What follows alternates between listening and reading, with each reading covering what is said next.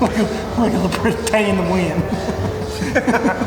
Tie in the wind. Tie in the wind.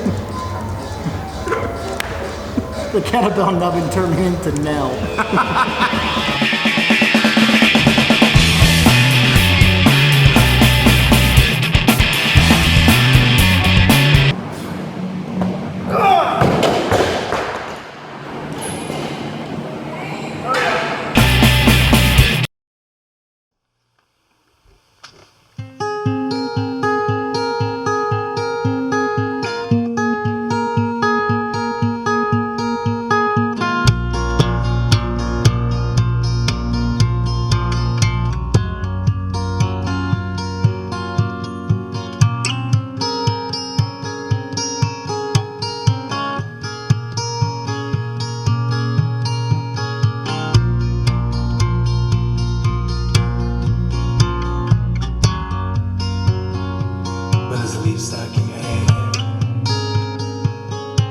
And I can see it changed your mind. Tell me I'm the only one. Tell me I ain't borrowing time. When it's late in. So I haven't truly traveled for Highland Games in almost a couple years now. I mean, I've driven locally, but you know, that's its own animal. But this is the first time in quite a while I've had to actually pack up the sheaf fork, take it with me. And normally, I've gotten to the point where I don't even do that most times to travel. I'll just use whatever fork is on the field because this is not really worth it. You know, it's basically an extra bag. It's an oversized bag you have to check. But this is a national championship, so I'll at least, you know, try to bring the stuff I'm using at home. What's it called? It's called Scottish Highland Games. It's a Scottish Highland Games. Yeah. You ever seen like on the Discovery Channel where guys like wear kilts, big guys wear kilts, and they take a tree trunk, flip it over like that? So that's that. All right. Thank you much, fellas. Appreciate it. One of the true joys of traveling for a Highland Games, taking your pitchfork, is just the looks on the faces of the people as you're checking in. A lot of times it's a first. That was a sculpture of a baby's head. And it's 3 sheets to the wind. Tell me I'm the only one. Tell me I ain't lost in your skin. In the street lined with island. In a heart attack that waits. Hey everybody, if you're super sweaty right now, wave to the camera. If you're sweaty, wave to the camera. Humidity. Tell me I'm the only one. Tell me when you tremble. Of this round. Bye, thank you. Good night. Have a good evening. Thank you so much. Always, always. Tell me how you hate this part. The simple things I don't see. It's pretty rare because I'm flying late. Never do that. I wanted to get the extra day since this was a big games. It kind of stinks. Just, you know, flying after 10 o'clock at night. I'm already sleepy. I'd rather be in bed. I would be in bed by now. Maybe you got wiser. Maybe you got older.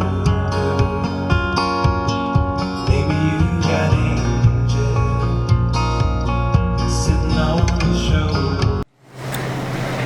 Just landed in Utah, and I'm chewing a piece of gum because my breath is terrible.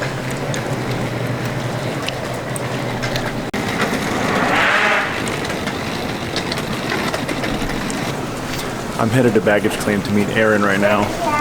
And there's one thing I know about Aaron after 20 years of friendship is that he gets a little grumpy when he has to stay up late nowadays. We used to party with the best of them. Now that we're all grown-ups, Uncle Aaron doesn't like missing his sleep. Best angle. So goddamn tired. I'm so miserable. I'm not entirely sure you were awake when I walked up from about 100 yards away.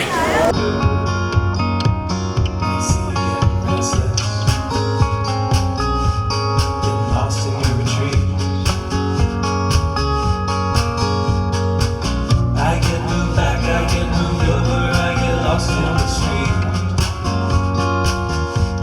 that I go by the minute. A single man with single days. So, Marty, let's just run through the questions real quick. We're going to Thanksgiving Point, Spring Hill Okay. Sweets. Those are pitchforks, and we're both gigantic idiots. We also got our torches in the back. We heard there was an evil monster somewhere. Okay. That camera was really recording stuff. All right, important lessons learned from our Uber trip with Marty. For me, number one, never accept teriyaki beef jerky steaks from an Uber driver, especially when they come out of the glove compartment. Aaron, you got any lessons? Yeah, Marty wants to know where the fish is after 12. Marty, our driver, drives us through, wants a fillet of fish, and they say they don't have it. Marty got angry. Marty got angry. Marty's eyes started twitching. We have a theory that Marty's back there right now after dropping us off, banging on the windows about his fillet of fish. Man's got to eat.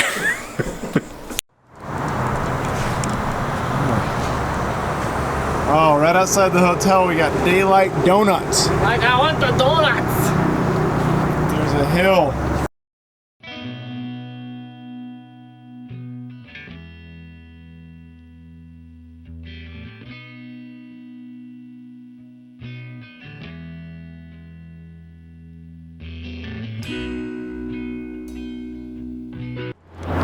So, little tip for eating when you're traveling.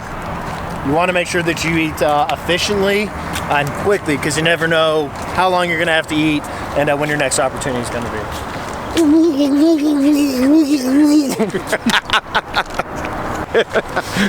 You were mid-shaft on that thing. It's at the bottom of the ocean. Let's say cheeseburger.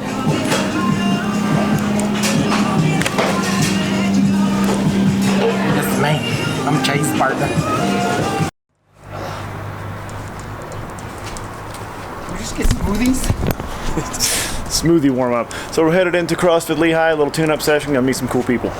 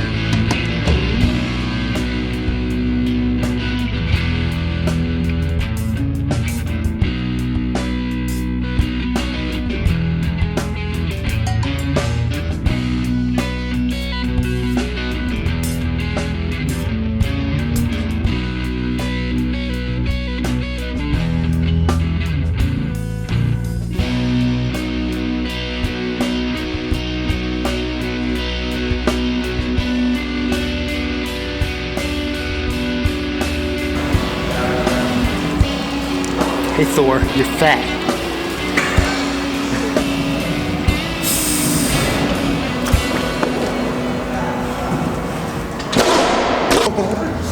I can see your body perk up when you hit the stove. If you smash that for a good few minutes, all of a sudden it just kind of lets go like this. That was being stabbed. How much does that run you? To be killed, yeah. Say a little prayer. There. You look like a little boy having a nightmare.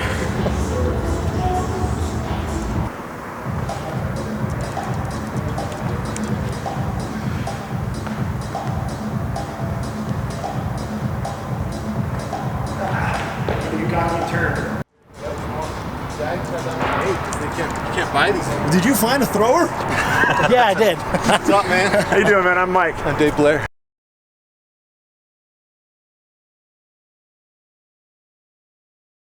Dave, nice to meet you. I video everything. I'm that annoying okay. guy, so just have to. Yeah, so we're just throwing some stuff in some fields. So we came to a random gym, just picked one off the map in Lehi, picked a CrossFit, and we found a place that has a discus thrower with implements to throw. Yeah. Seems about right. Yeah.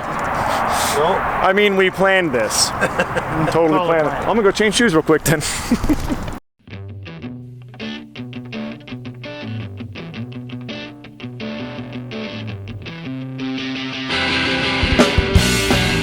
Camilla is my name, and the people know it well. But it's only what I call this withered, empty shell. The pirates come and treat me with respect, and someone more. But I don't feel it, I feel nothing.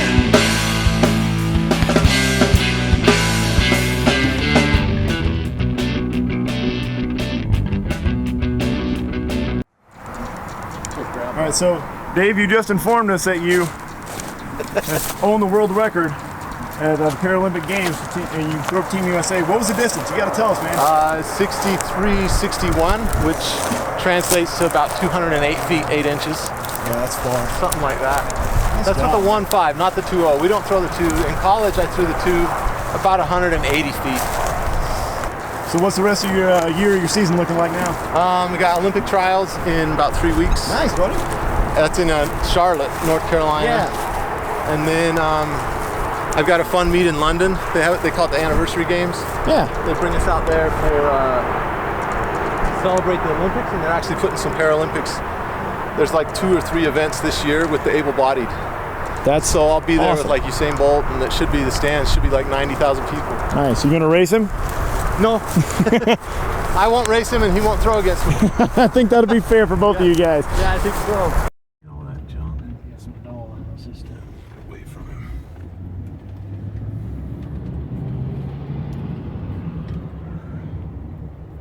Olympic team, I think it's July 4th. Nice. They'll announce it July What standard did you hit? I've hit the A standard Nice. 6 times this year, I think. Oh boy. So our standards are based on last year's world rankings, and so 3rd place in the world last year, the 3rd farthest throw in the world, is the A standard. And so anything above that, Okay. you hit the A standard, and they actually pay us based on the level of throws that we can do. So the B standard, I think, is the 5th top 5 or something. In the shot put. The shot put yes. is getting really hard. Yes. I know. The hardest country in the world to make the Olympic team is the U.S. Nice. We have, like, most countries' best throwers probably, it'd be hard for them to make it into the top 5 in America, and they only take 3. And so it's fun. I get to go to the training center, and I see those guys a lot. Joe Kovacs. Yeah. You probably know Joe. He's having a monster couple of years. Yeah. We get to go and hang out with each other. I don't see him too much at the Olympic Training Center when I go out there, but great guy. He's had some really good throws. He threw 22 again just this weekend, last weekend. So another big 22 bomb. Adam's going to the trials. Adam Nelson's going to the trials. Yeah, I know. I'm Adam's age. I went to the junior nationals with Adam. Yeah. Nice. He and I were on the same team. Well, not the same team, but junior nationals was in Tallahassee, Florida in 1994. It would have been 94, and Adam won the shot put. He threw for Dartmouth. But yeah, I'm stoked Adam's going to be there. He threw 21 and a half. Someone told me. Yeah. I thought I read that he threw 21 and a half. Reese Hoffa is still there. I mean, it's just, the field is so stacked in America. Yeah, but not in the disc or the hammer. We can't compete in the world level in the disc or the hammer. We used to sweep the disc. We used to sweep the hammer. Why do you think that is? Well, it's funny. I had that discussion with LJ, the world record holder, and he thinks it's the NFL and the NBA. That's why. Yep. They've taken them. They're getting the top tier athletes. Well, so when Jay was throwing, there was this big pride in being amateur athletes, right? They didn't want to take any money, and they were very proud about not taking money. And he said that now, looking back, that was to their detriment, because they wanted to be able to say they were amateur athletes competing at this level. Well, at the time, the NFL was nothing. In the late 40s, 50s, 60s. It was something. Guys had full-time jobs when they still played until the 60s. They were exactly like the athletes in track and field are now. Yeah. They made nothing, and so what ended up happening, he thinks, is that transition happened because back in the day, track meets would bring in, like, if you read Unbroken, remember that book of the prisoner of war? Yeah. It was a runner, right? Yeah. Yep. They'd go to meets in America, and it was really common to see 30,000, 40,000 people in the stands. And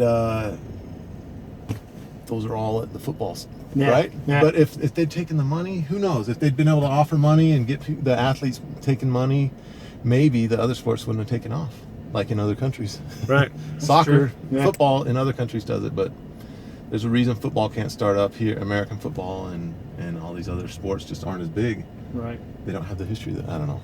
So I think, but well, in Texas, we had a track team, but it was because off-season football is what that was. Football. So that's all it was. What we did. You go play football and get banged up, and then coach is like, well, all right, here's your off-season training. Go jump or run. I don't care. But show up to linemen go throw a shot put, basically. Yeah. And it was the opposite of that. Like, everybody did track. Right. They all loved it. And fuck. You've gotten very good at counting. I want you to know that. A lot of practice. All right, we've been back at the hotel for a little while today, just taking it easy, having a beer, because we're athletes.